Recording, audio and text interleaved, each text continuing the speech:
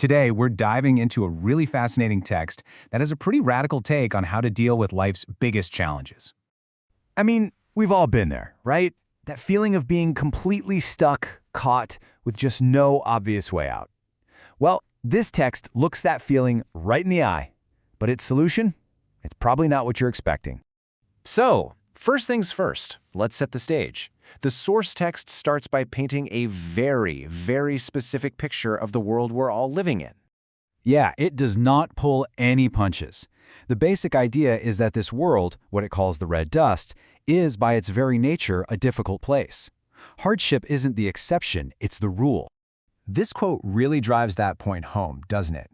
It frames the world as a constant challenge, a place where, as the author puts it, demonic hardships are lurking around every corner.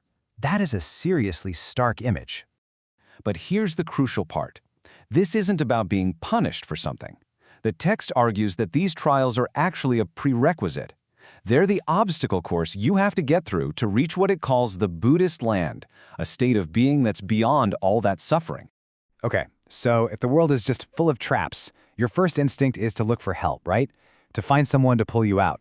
But this text argues that's exactly the wrong way to think about it. And this right here, this is the pivot point for the entire argument. It's so powerful and direct. The solution isn't out there somewhere. It's in you. Real freedom comes from self-reliance, not from waiting for an external rescue. So let's break this down, because it's a really clear choice. On one side, you've got the usual path, seeking external fixes, hoping someone else will save you or that some outside force will intervene. The text says that just leads to more struggle. But on the other side, you have the internal solution, relying on your own transformation. It's about you becoming the solution. And this analogy is just brilliant. A mud bodhisattva, a religious idol made of clay, trying to cross a river, what's going to happen? It's just going to dissolve. It can't even save itself, so how could it possibly save anyone else? The message is crystal clear. Your own liberation has to come first. All right, so if we can't count on anyone else, what does this path of self-liberation actually look like? Well, according to the text, the answer is a complete, radical shift in your own consciousness. The text calls this becoming a Buddha. But it's so important to understand this has nothing to do with converting to a religion. It's presented as an immediate psychological tool, like a switch you can flip in your own mind to instantly rise above whatever is happening to you. I mean, just look at how practical and immediate this is. It's presented as the one-size-fits-all solution to any problem. You hit a wall, whether it's a physical one or an emotional one, and the instruction is always the same. Shift your consciousness. It's like a radical act of mental defiance against your own circumstances. So you're probably asking, how is that even possible? Well, to understand that, the text presents a really paradoxical view of the world. It claims that we are living in a time of inversion, where reality itself is basically upside down.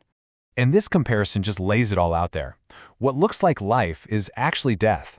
Being honored will lead to being insulted, and being in pain is actually the path to being blessed. If you can accept this inverted reality, then suddenly external circumstances start to lose their power over you. I mean, if pain leads to a blessing, why would you fear it? And here's the philosophical idea at the heart of it all.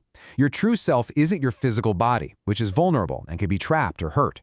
No, your true self is your consciousness. And consciousness, the text argues, can't be imprisoned. It can't be killed. It is fundamentally and always free. So, what happens when you actually make this shift? What's the end result of achieving this new state of consciousness? The text calls it the Buddhist realm. So what does it actually feel like?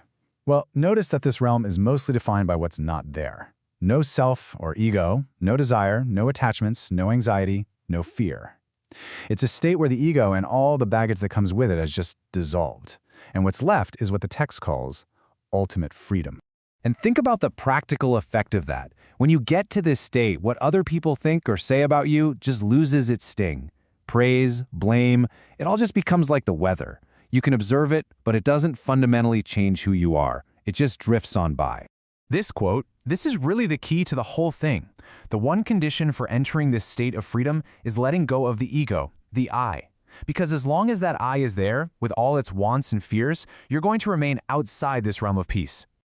And this last quote just ties everything together perfectly. It says that Anxiety is just what happens when you're trapped in the present moment, stuck in your immediate problems. The solution, this whole process we've been talking about, is about transcending that narrow view of time and space. So, as we wrap this up, the text really leaves us with a huge question to think about. Have we been looking for freedom in all the wrong places? Is it some external destination we have to fight to get to? Or is it an internal state of mind that we can create for ourselves, anytime, right here and right now?